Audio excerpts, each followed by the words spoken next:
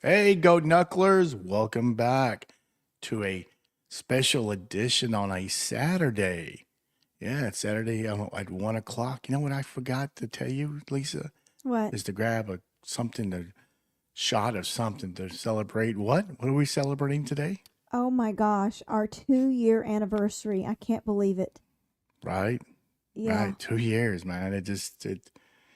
From the day I text you, I think I text you, I said, hey, do you have a minute to talk, and pitched it to you, and it's and Here it is. you didn't hesitate, did you? No, no, I didn't. I think I didn't hesitate because I had such a cathartic experience going to our 40-year high school reunion. It opened up some things inside and moved me in ways that I did not anticipate, and it brought some closure in some ways and healing in other ways, and I didn't want to let the magic end.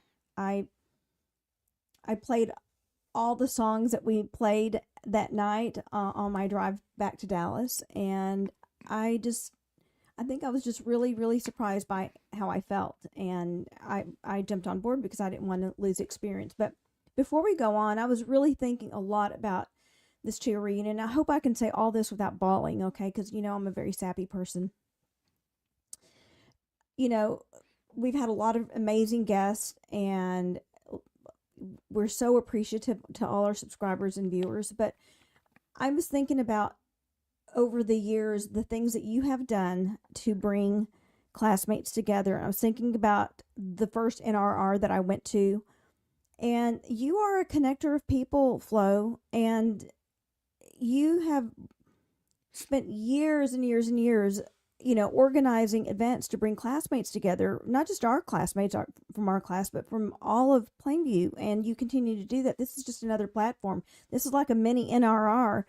And I'm so grateful to you. I mean, you have some brother. I mean, just seriously. Hey, I, this is I not on the script. I know it's not. I know it's not. I wanted to surprise you with that because I think it needs to be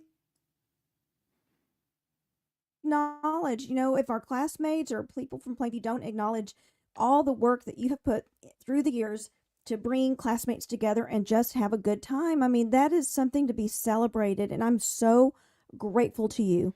The NRR experiences that of the two that I went to were so much fun, even though, again, there was tremendous trepidation on my part to reconnect with people, but they were a blast. And here we are 2 years later doing something that's really unique and unexpected for our hometown. And I hope that people really appreciate the effort that we go through, and especially you, because this is your brainchild.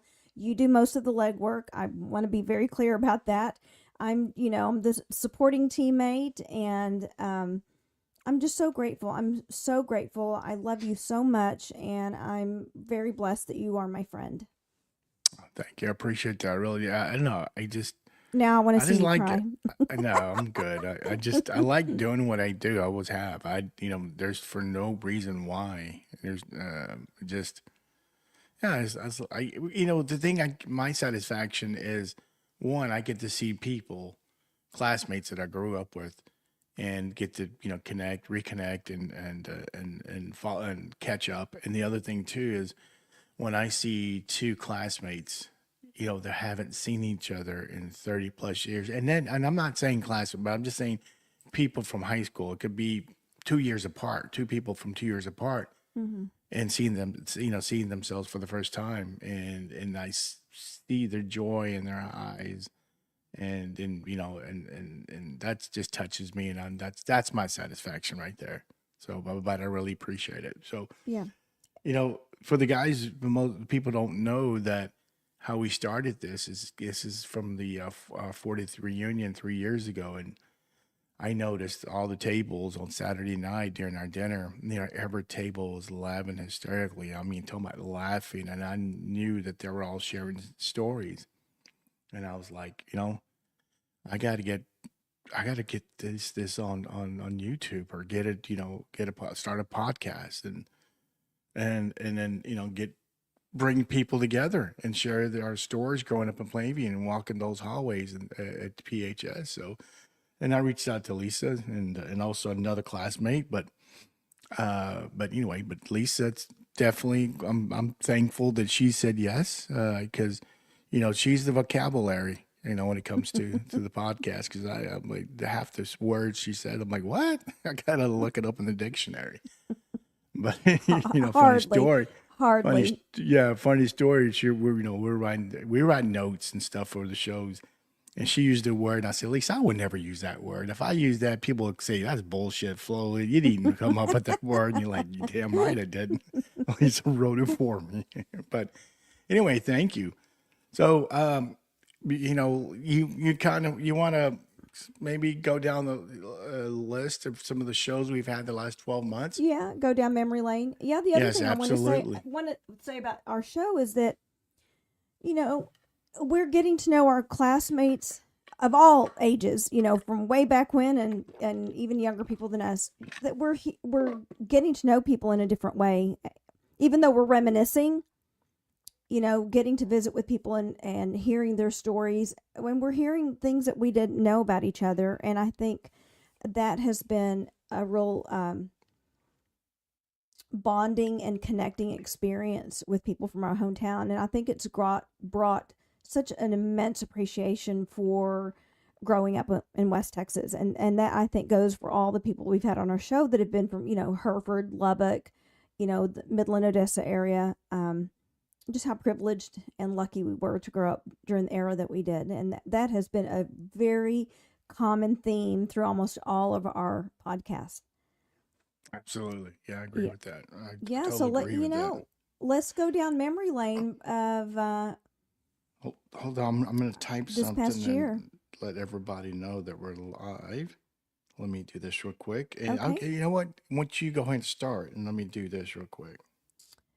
Okay. Well, one of the shows that we did that we did in 2025 that made me laugh really hard is we had some folks from the class of 80 come on and talk about their friendships and their experience and all that stuff. But what I remember about that podcast that made me laugh so hard was Rosie Rios talking about she and Lewis were at a basketball game and Kevin Igo came in, and I guess he'd been working at their pig farm or something, and came to the basketball game dirty and sat in between them and stunk so badly.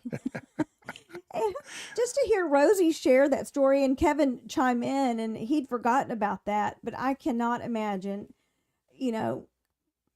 what compelled him to show up like that, stinking like a pig. But yeah, I guess he must have had a child playing, and it's like, I don't care, what I smell or look like. I got to make to my kid's game. I assume that's why he did it. I guess Yeah, so. That was funny though. That really made me yeah. laugh. And it was Hey, just fun on that show to hear about their friendship, and to reminisce. absolutely. Hey, I want to make a quick announcement before we go back to memory lane. I am working with a big name to come on our show. She's agreed, but she's a very, very busy woman. I'm talking about very busy woman. So it's going to be contingent on her schedule.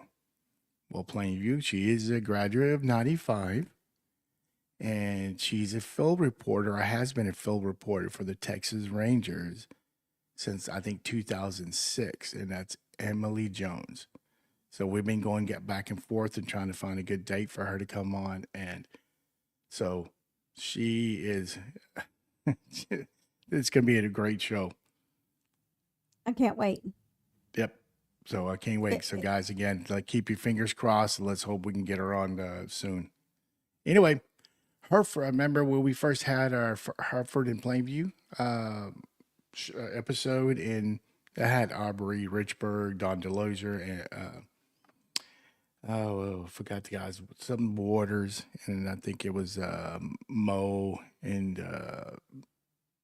Braddock, and I'm not sure, but there's another. But anyway, I remember one of the guys mentioned from Hereford, either Don or Aubrey, had lent his car to I'm gonna say Aubrey. Aubrey lent his car keys to Don, and Don was, he took it, and then about 2, 3 o'clock in the morning, I think he was driving back home. Well, he's at a red light. He stops and he looks over to his right or his left, and he sees Aubrey's dad. And they get locked. They locked up eye to eye. Hey, it was a I was, rut-row. it's like, oh shit. So nothing was said, if I recall, but when Judgment Day came, Aubrey, his dad spoke, and I mean there was very little words spoken because the dad just says, "Give me your keys, just give me your keys," and it took his car away for 30 days. Was So it 30 days? Is that? Yeah, I didn't yeah, remember I that. think he said I think he said for 30 days, man. It was 30 freaking days. Oh my gosh. Oh, okay, lady. Since it was Alan, not Aubrey. My bad. Okay, Alan. Yes, thank you. We Alan need Waters. correction. Okay, thank you, Lydia, for correcting me. But it was back of almost a year ago. So that was Yes, and we're losing our memory, especially me in my old age. I know, right? Right. Yes, I couldn't remember the Let's see. players. I just knew it was somebody had borrowed somebody's car, and like, oh no. That's the thing about growing up in small towns. You don't get away with shit. You don't. No, you Everybody, don't, man. because everybody knows everybody. Your parents know everybody. The police know everybody. I mean, there is no getting away with stuff. I No, mean, it happened to me and Andrew and Danny Perez. We were, middle of the night heading back home. We snuck out and we were on the high school premises, and we ran across to that convenience store right there at the 16th and Quincy. And we go in there and we go to the back, and then Willie McGee, one by one, finds us and says, "Come here, guys." I'm like, "Oh shit!" And he goes, "What were y'all doing at the high school?" And like, we weren't at the high school. We were just, walking by. And he said, "What were y'all doing this late at night?" I said, "Well, we went to visit some girls and stuff." And just to make a long story short, he says, "If anyone breaks in during the weekend, we're gonna come see. We're gonna come to you guys first, and we're gonna discuss this." And another thing that he said, he looked at me and looked at Andrew. He goes, "I know you guys. I know your dads." I'm like, "Oh shit." Sure enough, so he let us go. And then a month later, my dad says, "Hey, yeah, what's up?" He goes, "Talk to Willie McGee." And I'm like, "Oh shit." So he threatened to take my keys away. No, I didn't have a car then, did I? No, I guess I didn't, because I want to be walking. He just said, "Next time you did, I'm gonna spank you. I don't care how old you are. I will get a belt on your ass." I'm like, "Yeah, absolutely, Dad." So yeah, small town, you cannot get away with stuff at all. So, but anyway, going back to some of the shows, there was a show from the Odessa girls, I think 78 or 79, the Alice Pits. And one thing I remember from that show was that there was a place just like we would hang out, like at Fifth Street. They hung out somewhere in Odessa. And there was a convenience store that they walked to and used the facilities, the bathroom. And one of the girls, oh yeah, I'm sorry, you have to go to the counter to get a key, and I think it was on the outside, and you got to anyway unlock the bathroom to use it. One of the girls kept the key and went across the street to a hardware store and made copies, and so that way when the stores closed, I guess it wasn't a 24/7 store, it maybe closed at 11. But then when they were closed, the girls would have a key to go use, when they needed to go. I was like, damn, that's pretty ingenious at 17 or 18 years old. I thought that was brilliant. It is. It's easy for boys to go pee outside, but not for Yeah, girls. Especially at that age, you don't want to go outside and squat. Plus, there's no privacy. absolutely. So I thought, man, those girls were really smart. It was fun listening to their camaraderie and how close they were. That was a lot of fun. And that's what's cool about bringing other schools. Yes, it's not for our for Plainview, but it's cool to hear the different perspective of how they grew up in another city, and it's similar to ours. You know what I mean? Oh, completely, completely. I mean, that's why we can relate. We all have the West Texas experience. It's very Yeah. similar, different town, similar friendship, similar experiences. So hey, so let's bring in a couple. We got a couple of people would like to come on and maybe share some stories, and so we're gonna bring in Mrs. Alicia Kirsch, who's a two-timer. Hi. Hey, and we have Linda Gazer. Hello, Linda. Hi. Hi, Linda. Hello, Lisa and Lisa Who's and she's Flo. she's been on our show. So hello, ladies. Hello. So thank you for coming on and joining the celebration of 2 years we've been doing this. So, Lisa, I want to ask you, how, what it was, Mrs. Pennell? Oh, Pennell. Linda, correct me. Is it Pennell or Pennell? I mean, I say Pennell, but I think it's Pennell. Pennell. Didn't she Doesn't- said after church or something, she went up to you, and I'll let you continue the story. Oh, okay. Yes. I was talking about Lisa. I'm sorry, Lisa Kirsch, Mrs. Kirsch. We all go to the same church. Oh, How we do. okay. My bad. But maybe it's Linda. Did you have a conversation with Jeannie? I did also, but you go ahead, Lisa. So, well, she actually, Flo, it was before I was on. And that was our conversation. That was the first time I heard of your podcast. Was that Jeannie told me at church, we sit together, and she told me, she said, I was on a podcast. And she said, Goat Knuckle. She said, have you ever heard of Goat Knuckle? And I said, no. I said, yes, I have heard the phrase, but it's been a long time. And she was so excited. So I did get on and watch hers. And so that was my experience with that. That's the first I had heard of it. And so I thought right then, I thought this is such a great venue. It's something really, I think, that people can relate to and enjoy. And that was, like I said, my first exposure. And I was excited to be on the show a couple of times. And I think that Lisa and Flo, I have such great memories of the time when you were in school. And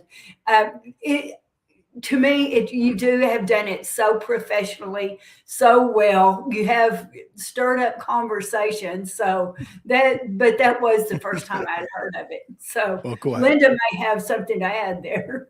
Well, let me bring one more Thank guest you. on. Okay. Victor Braddock in the house.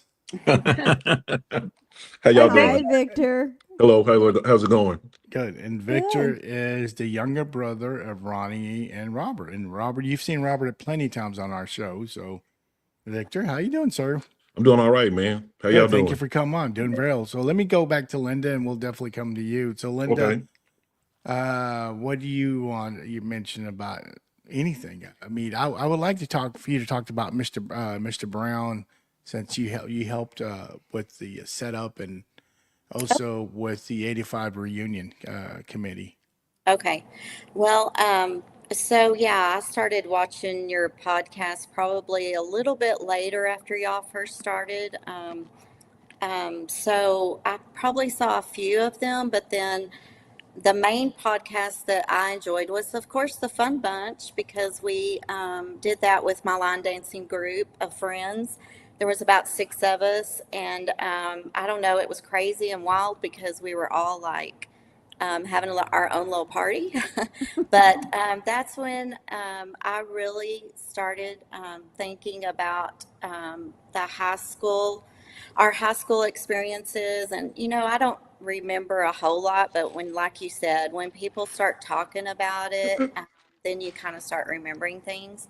So that's when I first started kind of watching you. And then, so Mr. Brown, of course, everybody knew he was our principal at Ash, and I went out to where he was living, and helped him set up with the podcast, as far as the laptop went and everything. And so that was an enjoyable one. And since then, I think a lot of people have found out that he had done that since he's passed away. So, Right. we're going to have that forever to look back at. And then, of course, we did our class of 85 reunion back in September, and there was, I think, about 7 or 8 of us on that committee. And that was one of the ways I think that word got around too, that we were having our reunion. So that was a good thing. And we got to see people that were in Tennessee. Sean Hunter and William Hancock was on there from Spur. And so we got to see all those people. And yeah. Well, the So, one thing I remember from y'all's 85 show was William, the character he is. yeah. He was changing hats during his show. I didn't notice it. No one noticed it, I don't think. No one did. And I know Sean knew about it, but he just kept changing his caps and no one paid attention. Well, William, that should tell you, no one paid attention to you. Yeah. No. He is the character just like he was in high school. But he's matured a little bit since he has a significant other, I think, right now. So Well, I don't know. those two are going to be on our show next Friday for Yeah. the Valentine's show. So we're excited about that. And the other thing with Mr. Brown, the one thing, and Elisa will say something about him as well, is how he got around back then when he was a young kid. He hitchhiked. He said he hitchhiked a lot from home to school to From work, football whatever it may games. be. I mean, I was like, dang, I mean, that's the life back then, back in the 50s, I guess. You didn't have to worry about abductions or anything like that. I mean, if there was very little of it, but he did it all the time to get around. Yeah. That shocked me. What about you, Lisa? Well, what stands out for me Mr. Brown, I think, has a special place in a lot of people's hearts, but he definitely has that place in mine. And what really stood out for me in that interview was him sharing about how he thought that he was just not very smart or bright as a child and had no potential. And he never dreamt that he would go to the college was something that wasn't even on his radar.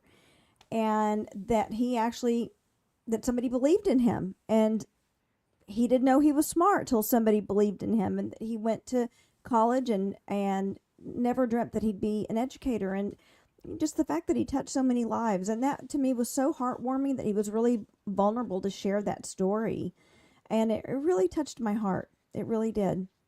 Yes. I mean, he expressed through his own life and actions the capacity and fullness of human potential. And I think that was really heartwarming for everyone to hear from him. Yeah, good man. Very good man. Yeah. Victor, let's Yes, hear sir. your perspective. I mean, you haven't been on any of the shows. However, you do have a show coming up with you and some of your boys from football. Can you remind me of some of the names who are going to be on? It's gonna be me, Bobby Gibson, Jimmy Porman, Dion Guerra, and Danny Bass. And one of them's retired fire chief, I guess, from Plainview, or still a That fire would chief? be Bobby Gibson. Bobby. Okay. Yes. Well, cool. So what do you think about our show? I mean, from coming just from viewing it as a viewer. I love it. My perspective is I like Facebook, but the thing that I don't like about Facebook is how toxic it has gotten, or a lot of social media. But what I like about this is how, and I even like this about Facebook, is how you connect with people that you hadn't seen for so long, but you don't see none of the toxicity on your platform like you do on other social media streams. It's all positive, and seeing people that you haven't seen in years, and listening to them talk, seeing how they're doing, and then not only that, hearing them talk and being able to relive some of the experiences that you did when you were a kid. I mean, I don't know, man. People look at me crazy at work, and I'd be like, man, if I could go back to the '80s, I'd do it in New York second, And I firmly believe that it was, things were so simple back then, and I guess, I don't know, maybe I'm a little nostalgic or whatever, but when I hear people talk about their stories, especially back during my era or my generation, I can't help but to go back to memory lane and think of some of the best times that I had and how quickly they went. I remember leaving summer practice or fall practice and driving by the high school, and my brother Ronnie saying, "Well, there's your future right there," and I'm like, "Whatever." And then I finally, later on, it clicked on what he was talking about as we drove by the high school. That's where I was going to be for the last 4 years of my school days, and unless I went to college, well, not period. My high school would be done. My public school years would be done. And it didn't really settle in until about my senior year. Okay. Can you share a couple of stories that stand out from previous shows? Uh, I have I got to mention I've been so busy I haven't been able to watch, but the ones that really stand out to me is because my love of football, and the one with the '78 Plainview Bulldog team, or the Angry Red team, where with the Odessa Permian, that was so, what's the word I'm looking for? That was so that was so cool. Because I want to say I was in the third grade when that game was played. And I remember me, my middle brother, and my mom were in Lubbock, and she was listening to the game. And I remember kept thinking, ain't the Cowboys playing? I don't care, because I'm used to watching the pros play, but uh I remember how good those guys were. And back then, you didn't get to see teams like Permian or Midland League play unless you saw them in the playoffs. So to hear these guys talk was like, to me, it was like watching legends, going back and watching legends reminisce about their times in high school.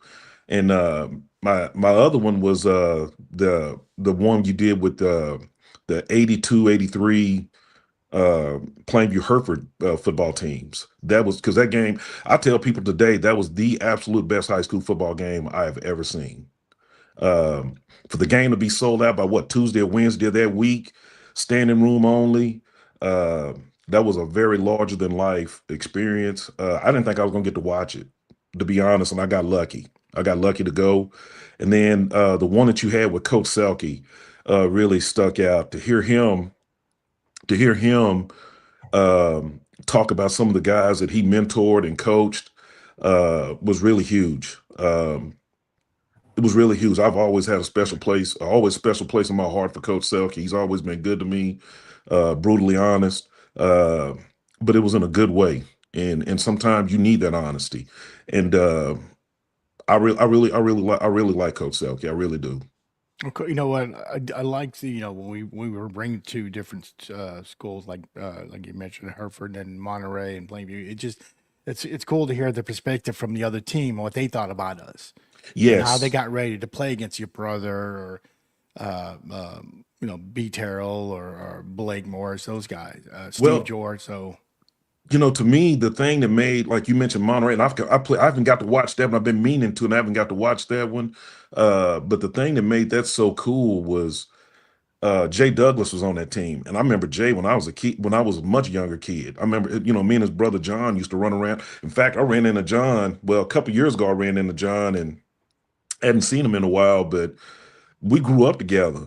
And but but seeing these guys off the field and seeing them interact off the field made it, I don't know, man, because you would think these guys would just hate each other's guts, but to see them hang out and just chat and like, man, these guys are just ordinary people, man. They just go to a different school, and I think that just made it so cool for me. As corny as it may sound, it made it real cool to me that these were actually cool folks. And I even go a step further.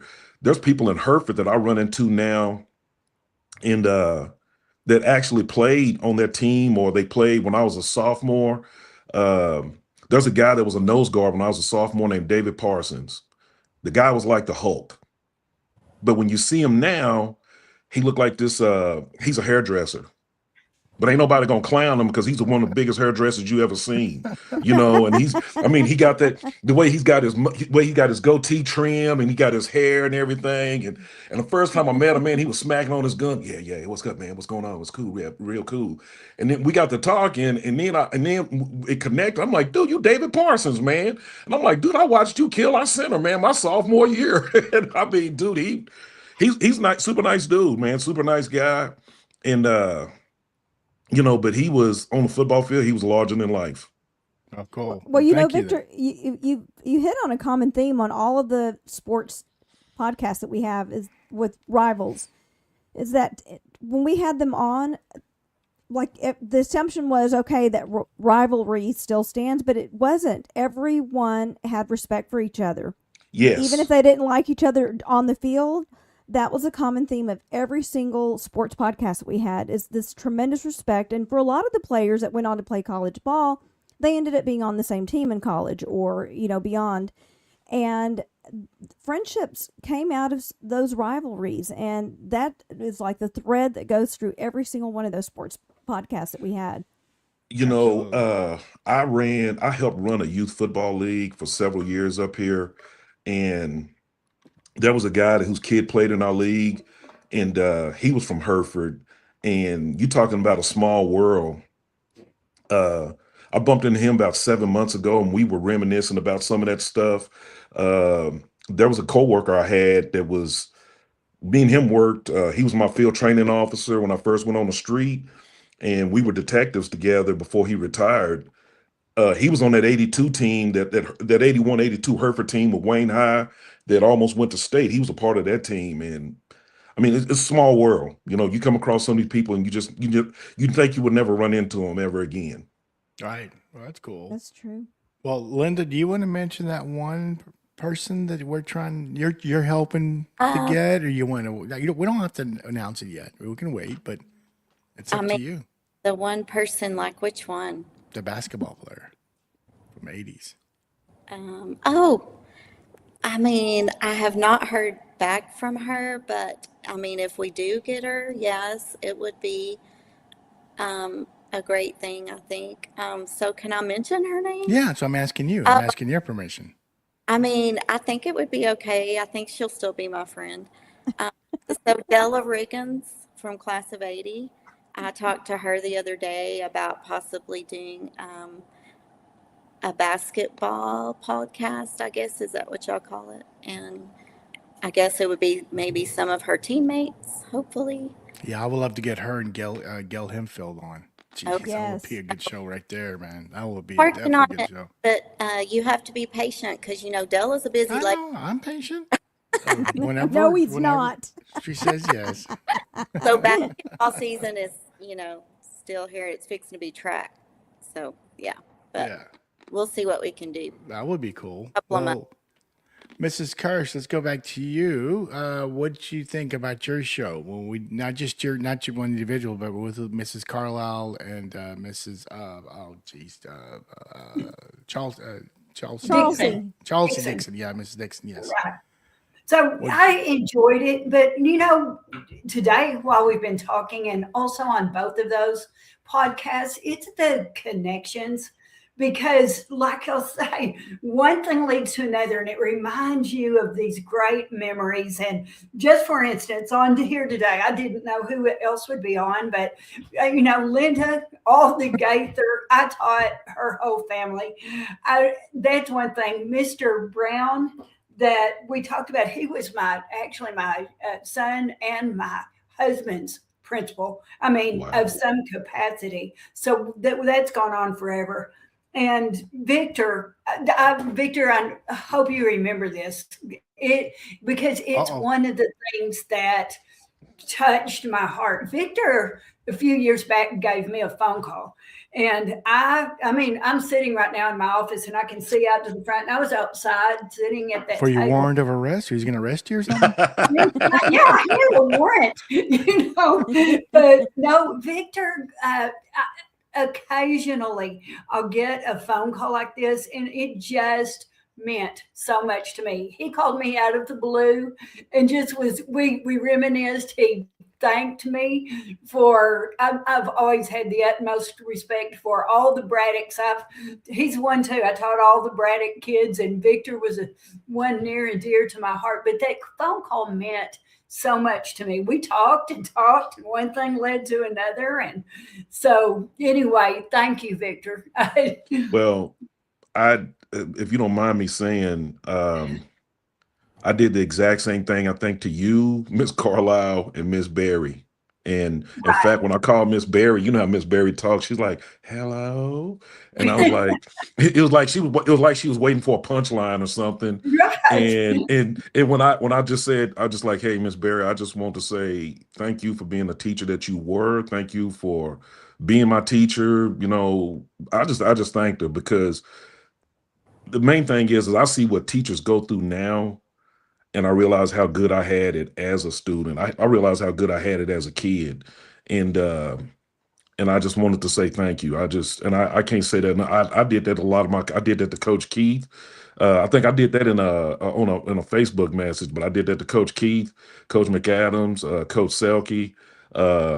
I tried to do that with everybody. The one I wish I could have done it to was Miss McKnight. She was my fourth grade teacher.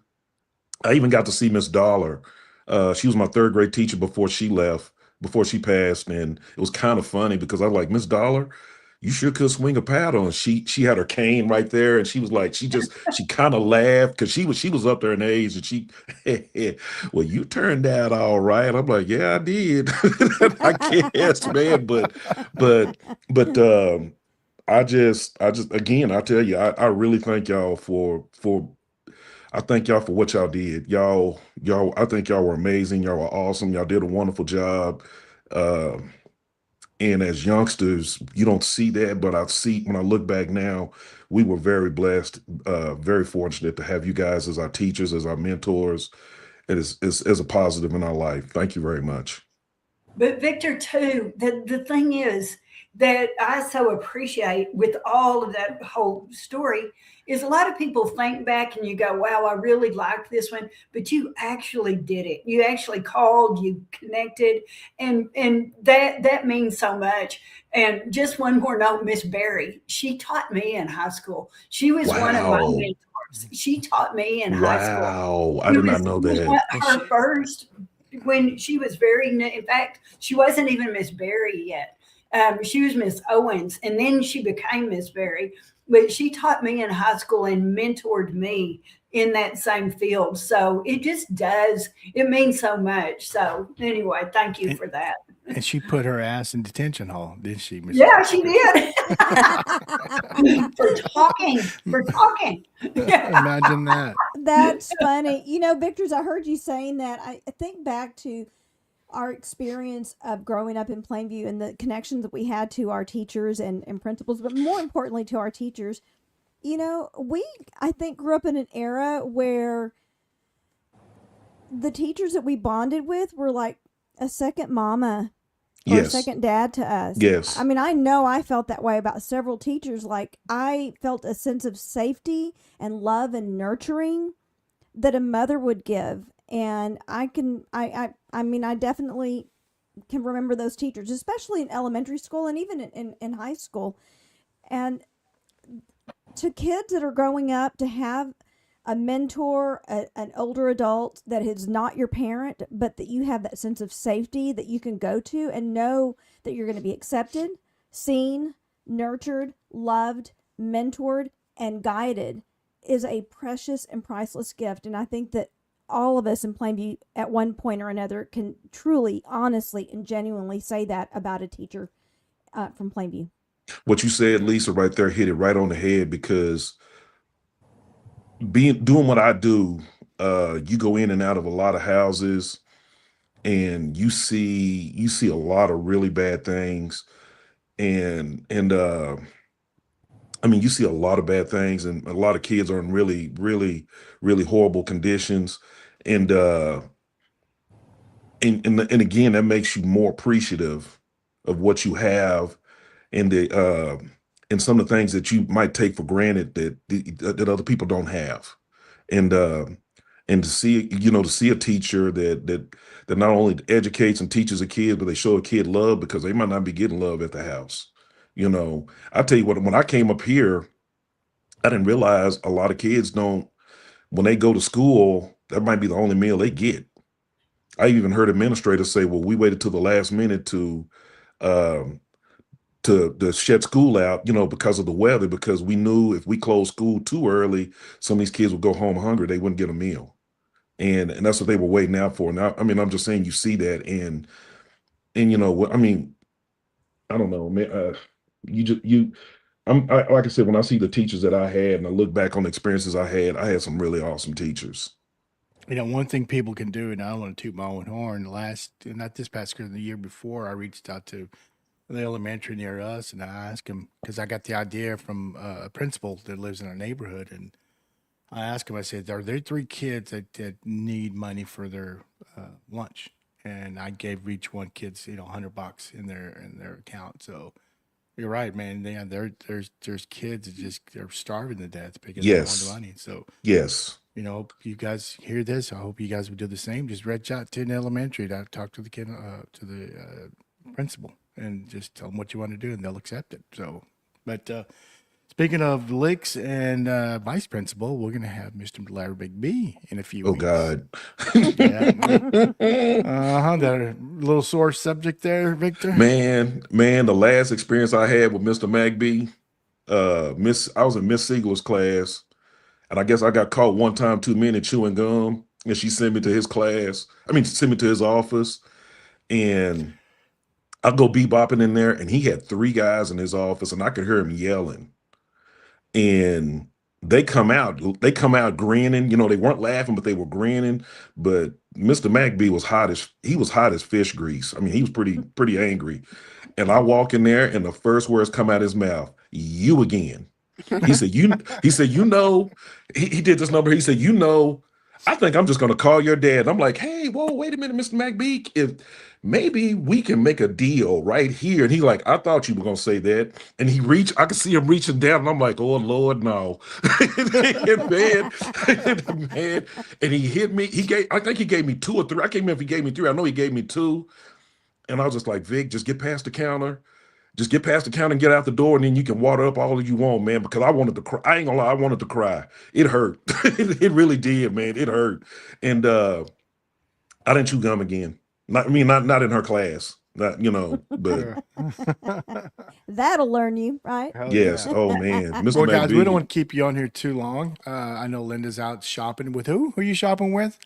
My friend from class of 85, but I think she deserted me. Like, I think there's so many wonderful little boutiques and stuff down here in downtown Plainview. So, yes, we wanted to come eat lunch at the Brew because they only serve lunch from like 11 to 1. So we came down here and we're just hanging out and having fun. Oh, cool. Well, if you could, and then we'll let you guys go. Can you just say one word, or your kind of like your parting words about 2 years of Go Knuckle Talk with Flo? So I did actually go back and watch your very first Oh, geez. podcast. It said intro on it. Okay.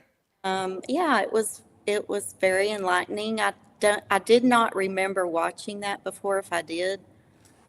So I thought, I'm going to go back to the very beginning. And when y'all first started this, I know that y'all were very focused on PHS alumni from your class of 83, but then I kind of like the way that y'all have pulled in other classmates, and then also, like Victor said about the other rivalry schools that we didn't know much about. I mean, y'all probably knew a lot more than I did about all those games and stuff, but it's kind of interesting to me because I was in band, but I had fun playing with my friends and stuff, but it's kind of interesting to hear the other teams' viewpoints and discuss things that I didn't know.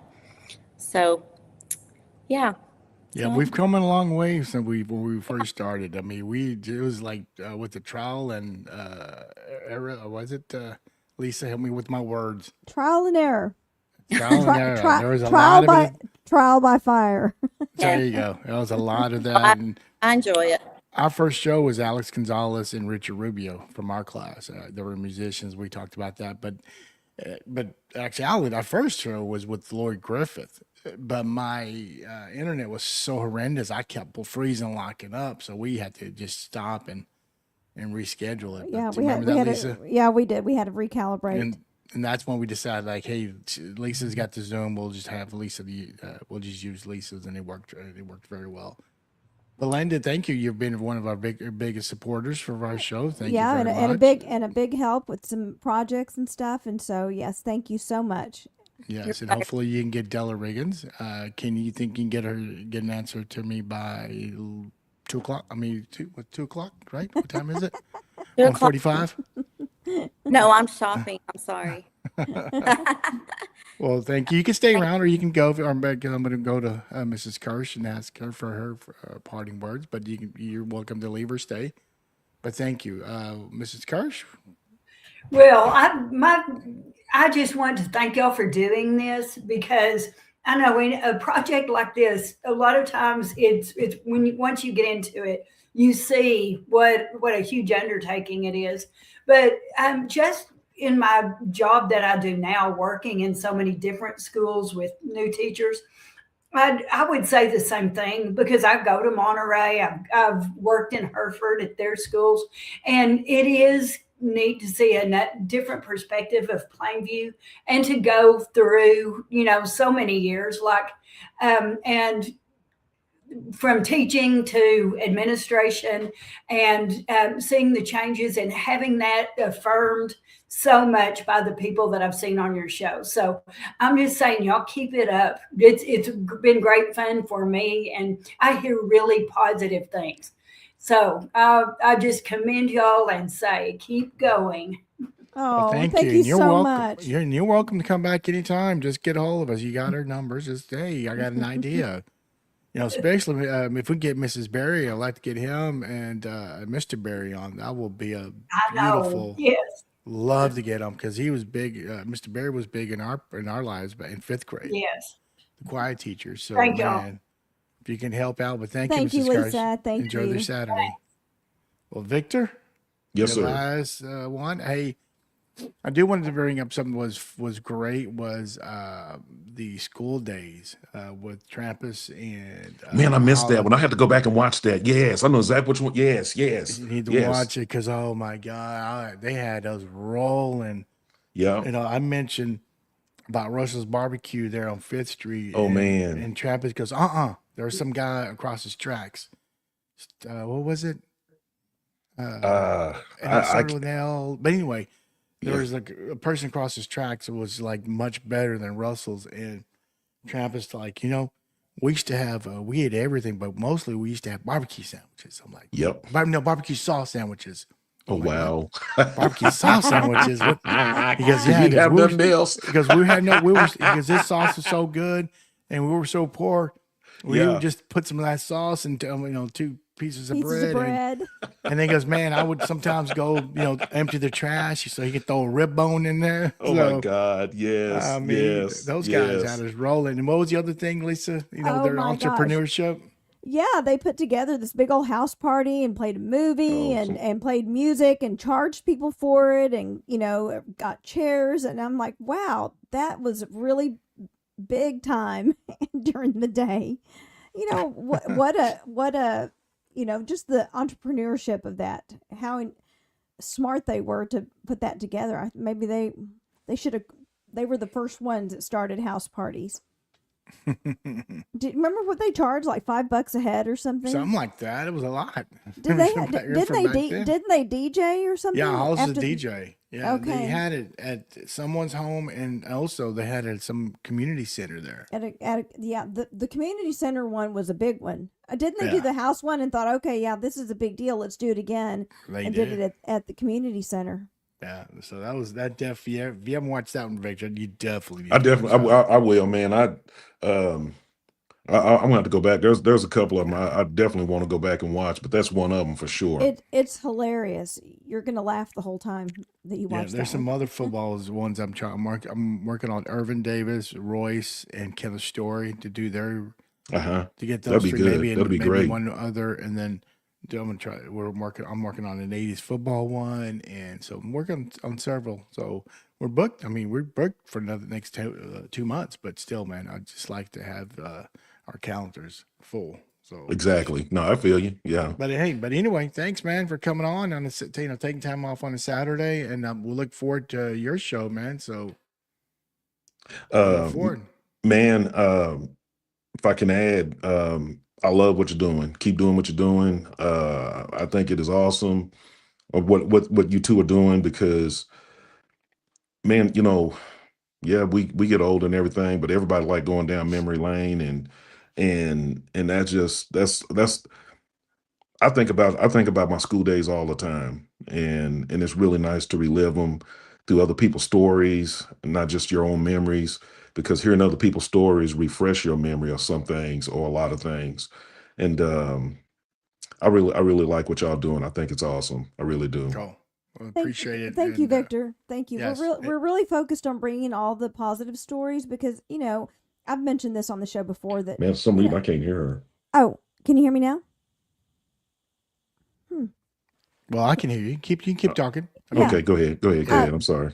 No, that's okay. That there are negative memories commingled with positive memories, but if we can do anything that we can in our power to just spark the positive memories, it kind of smooths out the negative memories that we might have from our growing up years. And that we're here to spread love and to spread joy, and to remember, to help people remember the blessings, and the good fortune that we had.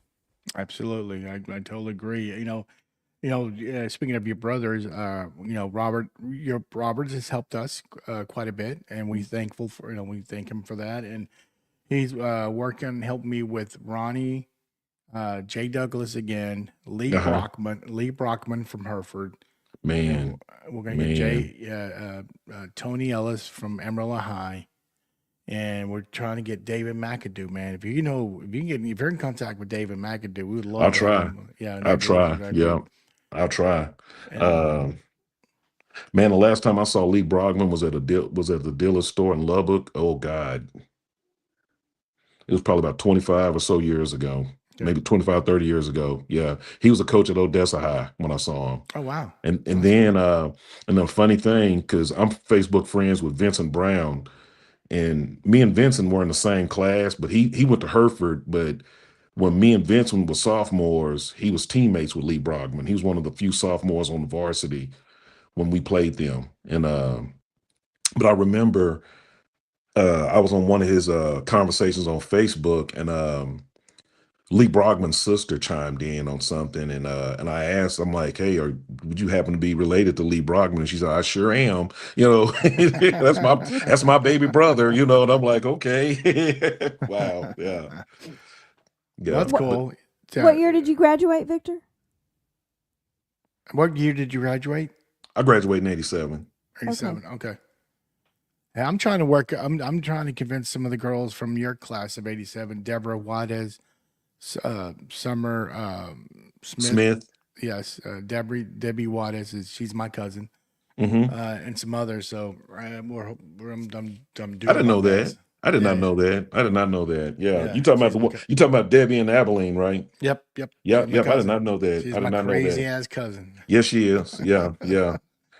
I did not know that. Wow. Yeah. But we're trying to put those. I already got a date for that football with Brockman and those guys, so we're looking forward to that. So we can hopefully bring many more. But anyway, Victor, thank you again, man. We appreciate it. Thank you for having me. It was great. It was great hanging out with y'all. Okay. Thanks so We'll much. see you in a few weeks, right? I'll be here. Yeah, the 24th. 4th, yes, sir. I'll be here. All right. Now, I need one of the guys' email addresses. Which one? Denny, I'll get it for you. Yeah, I'll get it that's the for only you. one I need, brother. All Okay, right, man. no problem. I'll get it for you. Enjoy the rest of your day. You take You care. too. Y'all take care. Bye bye. Bye bye. Bye bye. Oh, how fun to have them agree to come on today. Yeah, it really was. It really was. It's really cool of them. Like Linda, who is out shopping with a classmate. I mean, she didn't have to do this, and she did. She took the time and hung out with us. So that was really cool of her. So hey, we'll 10 more minutes and we'll shut it down. But I want to go over some more of these shows we've done. I want to bring up the Phibbs brothers and Dean Tagle's their episodes, and the reason why I want to bring them up is we had their family, a lot of them chime in through YouTube, because when you comment during the show, we see it and we can display it. And a lot of the sisters for the Phibbs brothers were bringing up things that happened, and same thing with Dean's. You know, they're his daughters and his sister at least were bringing things on and made the show very organic. So, I mean, what are your thoughts on that, Lisa? I love that. Those two shows, we had the most viewership participation, and it did make for a much more organic, authentic, and livelier show, because they would say, you know, ask them about this or whatever. And so they, I loved those shows because of the interaction, and I wish more people would come on live and participate. Don't be shy, you know? Yeah, don't be shy. So it adds layers of character to this program. So come on, you know, be tasteful. Yeah, but bring it. It could be. It doesn't have to be tasteful. Come on, this is I know. our show. We had that one show a year before about a guy getting naked on stage. Oh my gosh. Yes, a classmate got naked on stage singing. And we had a show where somebody was inebriated on the show, and that was pretty darn funny. Yeah, it was. It was. It was. Hey, before we go, bring up your cousin Jerry Serrano. Oh my gosh, you know what? That was a really delightful show for me, because I said at the beginning that I really don't know him at all. I mean, I think he was in elementary. I mean, like a little bitty kid when we graduated high school, and I did not know his accomplishments or his involvement in the music. You know, we found out about that because we had Curtis Peebles mentioned him. Yeah. Oh, yeah. He did. Yeah, he's the one that mentioned him. I'm like, oh, you know, I had no idea that Jerry was just, you know, as accomplished and prolific and involved in the songwriters show or workshop that he does, and as a teacher, and I didn't know he was a composer. I learned so much about him.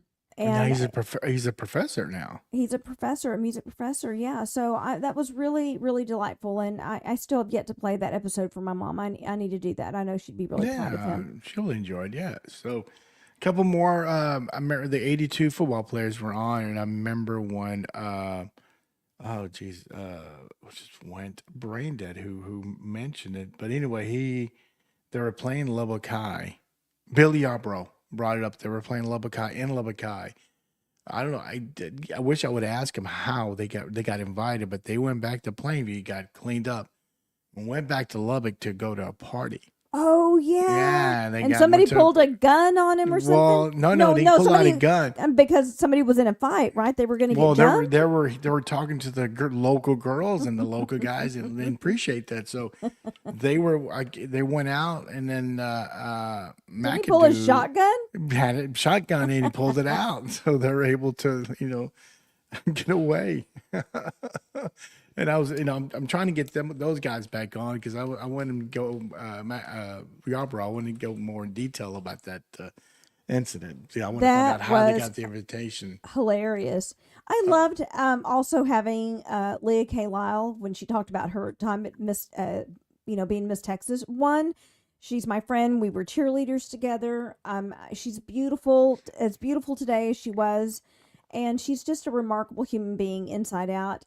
But I loved that she was able to share a funny story, because to me, Leah Kay has always been very poised and put together, and there's a lot of training to that, and so she's always composed in such a gracious way. But for her to tell that story of her in her Miss Texas car, going to the store and had no makeup on, and that was a requirement to always be put together, and she wasn't this particular instance, and these guys were waiting to see who was going to get in that car. Do you remember that story? Oh yeah, they were going to rob her, weren't they? No, or they did. No, they didn't. Are you sure? Yeah, I'm positive. They wanted to see Okay. who Oh yeah. yes, Yeah. and she wasn't going to go to the car because she just walked by them, and they were like, "Oh, well, that's not her," because she wasn't all made up. They made a Yeah. comment. It wasn't a derogatory comment, but it was like, "Oh no, that there's no way that's her." Okay, I remember that. That's funny. Yeah. Well, Summer Smith, we had her show Summertime in Nashville. Here's a class of '88, I think, who went to Nashville, try to make it big, be a country singer, and she maybe she didn't make it as a big solo artist or being a band, but she made a very successful career being like a session musician who got paid very well. So you know what? Bravo to her, and she's supposed to come on here and tell us because she had something else possibly going on, and she wouldn't reveal it at that time. But we need to reach out back to her and see if Yes, if we she has do. done that. So Yeah, I didn't know Summer, but it was really nice to get to meet her and share about her experience. And I was really proud of her, and I loved. I mean, she has such a vivacious personality. You can tell that she's the kind of person that walks into a room and just lights it up. oh yeah, absolutely. Yeah, I knew her because I was dating a girl who was a sophomore, and her sister was from Summer's class. So then so when I was over there, she would come over every once in a while. So that's the reason I knew her. So let me show Yeah. one more comment. Another comment from Lydia who said, "Hey, Lisa, Flo, got to run. Listen to the rest of the podcast today. You guys do a good job. Keep it up. Hope we can meet sometime." Absolutely, we appreciate it. Oh, Lydia, thank thank you you. so much. We really appreciate you, and I She can't wait to has meet you in person. she has been very, very helpful to her, with Hereford guys, the Hereford football players. Because I reach out to her and say, "Hey, can you hold this game?" And even though can't get hold of them directly, but she can find people who can find people and then go on and find that person. So thank you, Lydia, for your support and helping us. And I know that Lisa owes you about a dozen margaritas by now. So she's gonna pay it up on my behalf. So Yeah, thank you, for Lydia. for sure. Let's see what else. What do Oh, we? I want to talk about the cheerleader episodes. Okay, go for it. Real quick. I've shared before. Well, those 86 and 84, right? 80. Yeah, we had two cheerleader episodes.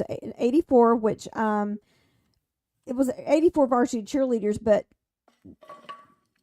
Leah Kay and Liz were cheerleaders when I was a varsity cheerleader my senior year. But regardless, those shows were so fun for me because it made me reminisce about my time in cheerleading, and it's the thing I lived for, and it was just fun to hear their perspective of their experiences, varsity cheerleader representing our high school. And I think we all feel the same way. It was just such a tremendous honor, and they were all just beautiful young ladies then, and still are now, and it was so fun to hear their stories. Cool. Yes. I want to bring up Evangel Christian Academy. It was Eric Summers and Renee Carey who's on the show, and I just remember Eric telling us that he did everything he could to get kicked out of that school because he wanted so badly to go back to Plainview Public You School. mean Renee? Renee Renee wanted to. Carey. Yeah, Renee Carey. Yeah, he he did 2-3 things that he thought for sure he would get kicked out, and then he'll have to go to Plainview because he would be banned from Evangel. So that was very funny. Let's see. I want to bring up the second Hereford show, and the reason why is that's the first time that we brought in a surprise guest. We brought in Kerry Beard, and he surprised Raymond Martinez and Robert Braddock, and you can see Robert going, "Kerry!" So it was a very nice surprise. And we said, what was the other one? We surprised Danny White with the acapella singers. The actual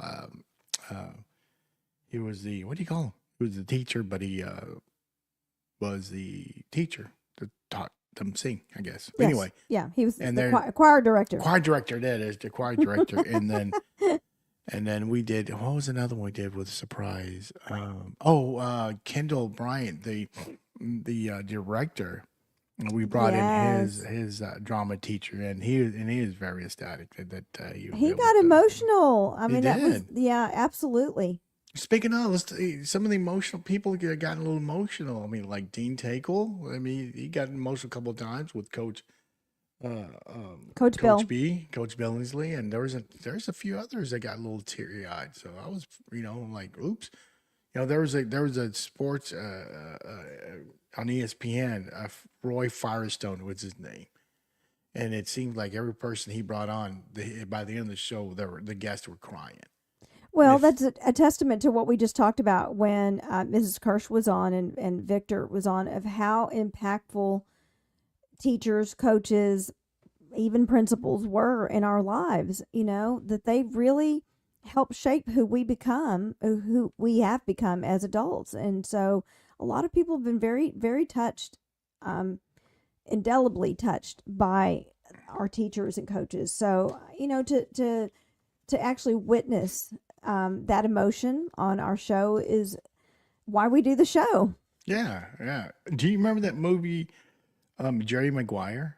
Oh my gosh, yes. I had you At at the hello. end, whenever Cuba Gooding Jr. was on, and he was on that Firestone, Roy Firestone, and he was like, "I'm not going to cry, Roy. I'm not going to cry." Well, he ended up crying because he told him about his contract, that his extended contract that he received, and it was worth like $5-7 million, so he started crying.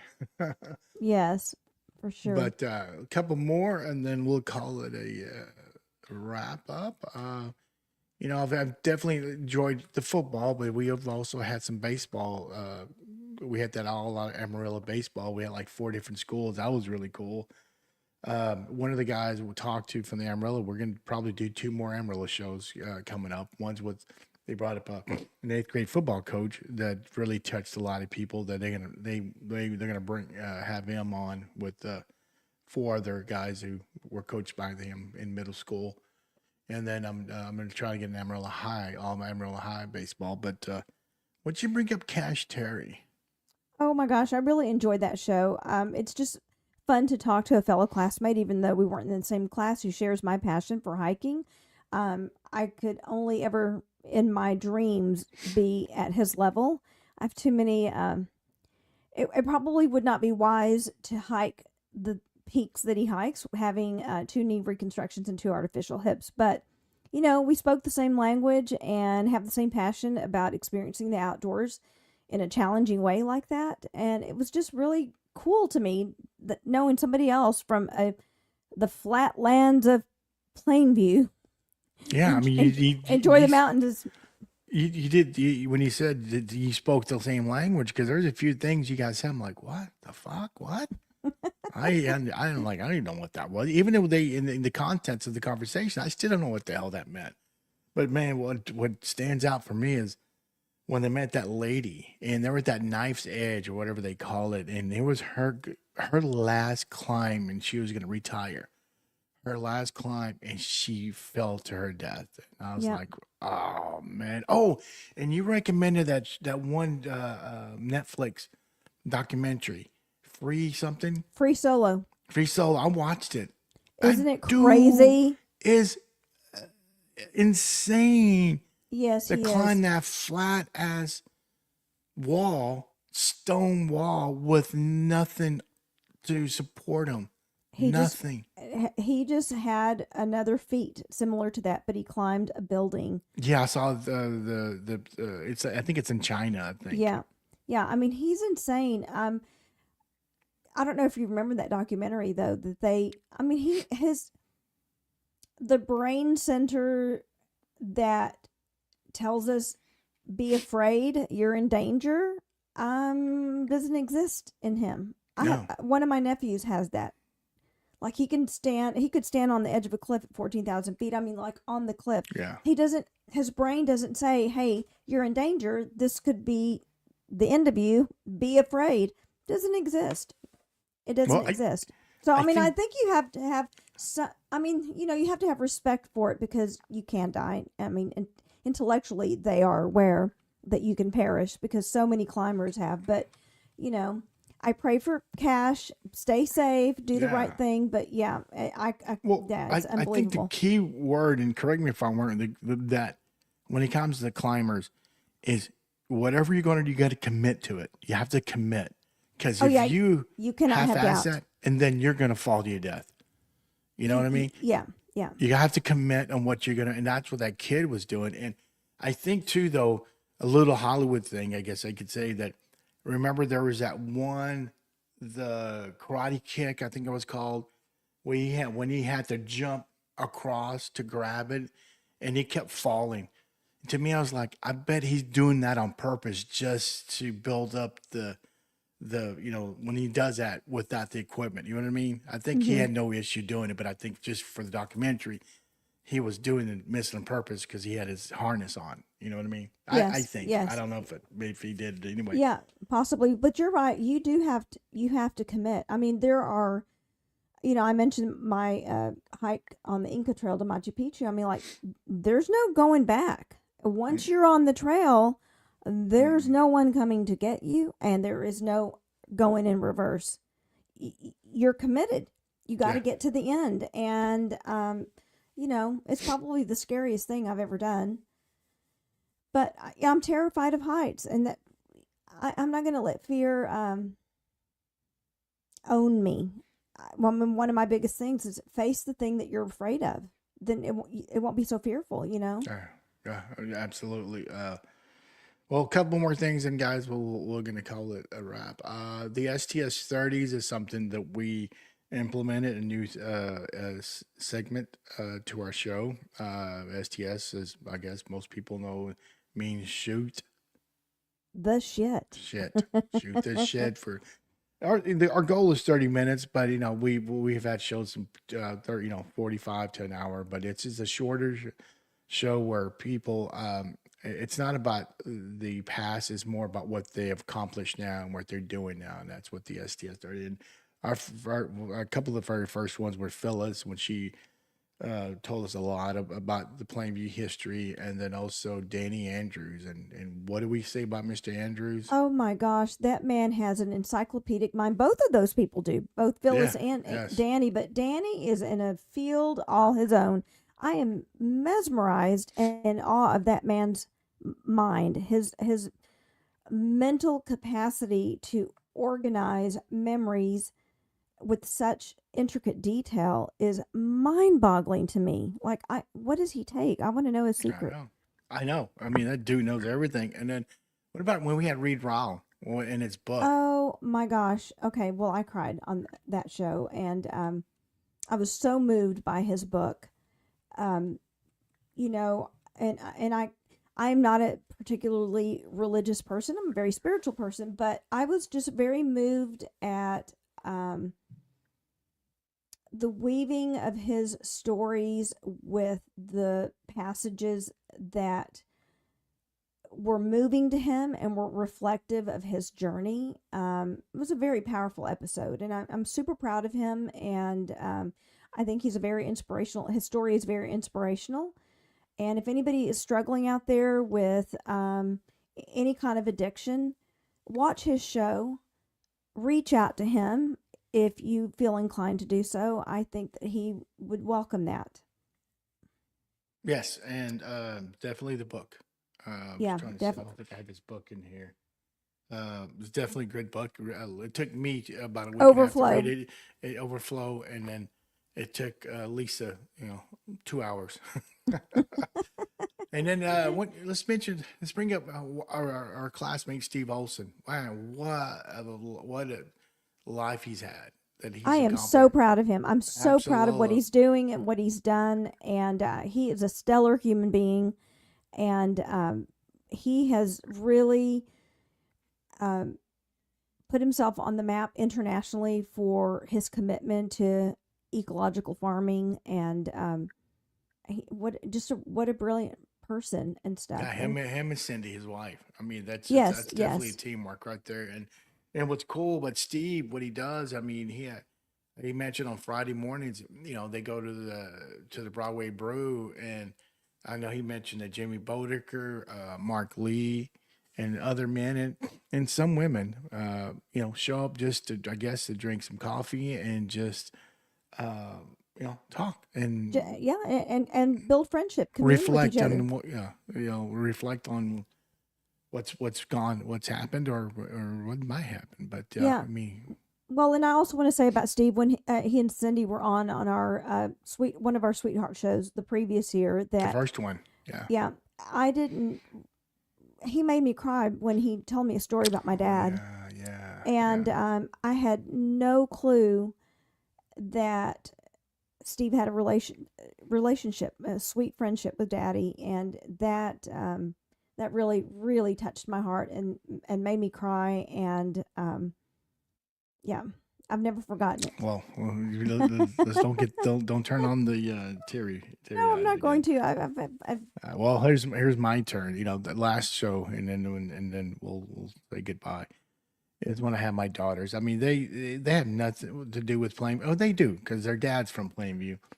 But I just wanted to have them on, and they moved with their mom in Chattanooga after our divorce, and so they've been raised mostly by another man. But we've stayed in touch. I've tried to travel and see them. They've come see me. And I mean, these two young ladies have grown up to two beautiful women, and Riley is graduating in May. And then, of course, Maya's going to be a junior next year. So, I love him to death, and I'm going to be there in May to watch Riley graduate. And but anyway, that's one definitely that touched my heart, and I'm just amazed how these girls have grown up. It touched my heart too, because I've never met them, and it gave me the opportunity to see another side of you, Flo. I've not had the opportunity to see you. I just know you as my dear friend and brother from another mother. I've not seen you in dad mode, and it was really kind of fun to see your interaction with them and their response to you, and how obviously they are so different from each other. Oh, yeah. And how they interact with you. It was fun. It was just so much fun and delightful, and they are so beautiful. Oh my gosh, and so smart. And you are very, very blessed, my friend. Very blessed. Maya's an extrovert, and then Riley's the introvert. So absolutely. Well, guys, 2 years has gone, and I didn't really know when we first got together that we would even last 6 months, or I mean, even sooner, because as Linda mentioned, we were just doing class of '83, and then I remember seeing Bill Harris. He's an Elvis impersonator. No, he's something else. He's an Elvis entertainer. Yes, and you know what? It'd be cool to have him on and talk about what he's doing and bring memory. And then he brought in Cash Terry and forgot the girl's name. Was it Stacy, I think.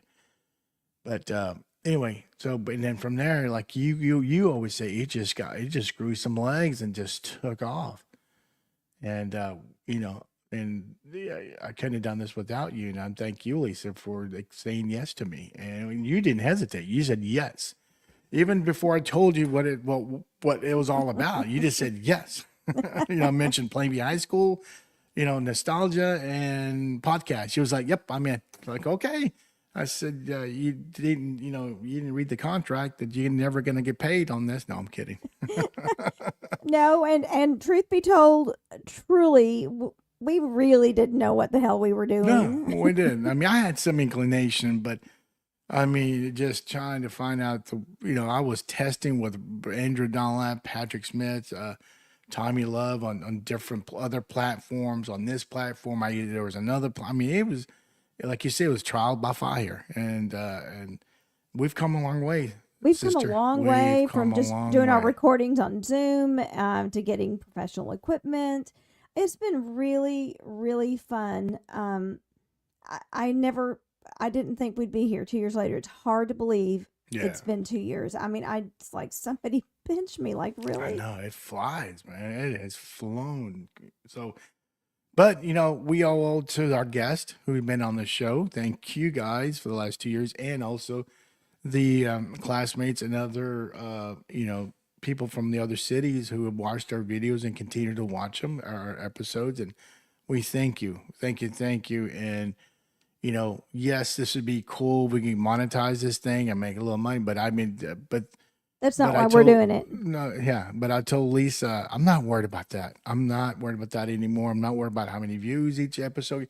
I'm not. I'm getting my satisfaction. What I've always have with the NLRs and me being on the '83 committee is getting the satisfaction of our classmates or other classmates, and enjoying the time being on our show, the laughter, the crying, whatever. That's my monetization right there. Yeah. And Yeah. Completely. that's what I love about this. And guys, don't be afraid. Don't be strangers, man. We provide questions. Lisa and I have gotten so great at this, at how we can continue the conversation. Come and sit with us for 1.5 hours, and let's go back in time and relive what we grew up in the beautiful town of Plainview. So Yes, for sure. And I want to second the gratitude that I feel to every single person who's agreed to take time out of their busy lives and their schedule to come hang out with us, to share their stories, to reminisce, and to be a part of this passion project of ours.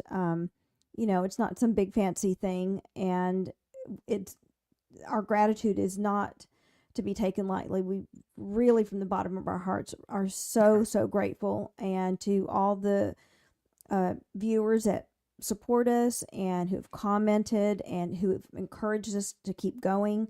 Thank you, thank you, thank you. This yeah, could not, if we don't have a guest, we don't have a show. So, you guys don't want to hear us talk, so we need to bring in other people. And yeah, again, 2 years, and we've have able to get someone from, again, a class of '95. She's been on TV for 25 plus years, on on the Ranger station, on the major league level. I mean, she has agreed to come on our little show. And yes, she's from Plainview, but she didn't have to. She didn't have to say yes. She's a busy woman. She has her own podcast, and again, she's interviewing players, Rangers players. I mean, she's up there, and we're gonna hopefully we can fit her in the schedule. We're gonna have her on, Emily Jones. So thank you.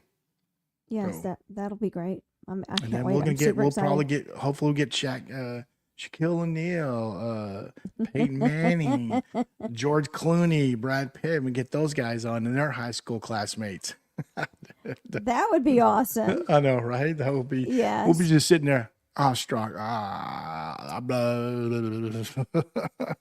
They're just people like you and I who put their Yeah, pants on whatever. one leg at a time. Yeah, but they had the Gucci pants. They got the Prada, and That that's all doesn't they did. matter. Doesn't matter. Doesn't matter. Oh, And go I was ahead. thinking, it would be really fun to do another NRR. Yeah, actually, I've been talking to Sherry Hunter, because she was a help at the beginning. But yeah, I told her we need to do a show about NRR and talk about. I think this. You know me. I'm a control freak. No, are you Yeah, really? I'm very organized, and I guess that's OCD I have, maybe. I don't know, but I'm very. I gotta have things planned out. I got everything. I gotta have all that stuff. And I that's just why don't. this show is successful because of all Oh, that. thank you. Yeah, I'm not half-assed. No, I'm never anything I'm all like I've done. But yes, I agree. So I will start that text again. I'll include you with it, and I think. Again, we're too late because we're February. I just don't want to throw shit together, but we'll either do it in the fall or maybe the first of next summer. But yes, I totally agree with another NR would be cool as hell in Dallas. Yeah, We'll the do it in one that we Dallas. had at the Gaylord Texan was off the charts. Yes, That, but I loved the Aloft though. Yeah, that was fun too. It was more because- intimate. Exactly, it was more intimate. We had a pool, and it was really cool. Yeah. So definitely want to do that. But Yeah, the Gaylord Texan was fun just because the vibe, it was a real Yeah. party vibe, but it was very dispersed and loud, and you couldn't really, people were there inside dancing. It was more dispersed, Yeah. but it was a blast. But yes, the Aloft one was a lot more intimate, a lot more conversations and laughter, and that was fun. And Those then are- it was our first one, and there was that band, that '70s band, fucking kicked ass. Yes, I they were mean, awesome. They dressed to the '70s. Oh, they rocked it. And they came to Houston a year later. I took my ex-wife there, and she's like, and then they start playing the music. Man, she got into it. She's like, "Thank you. I didn't think I thought this was gonna be a shitty show, but they did. a No, really those good guys, job." they're great entertainers. That was a lot of Yeah. fun. So Yeah. much fun. Well, my sister I know. from another mister. Thank you. For Thank you. 2 great years, and I look forward for many, many more. So, Same.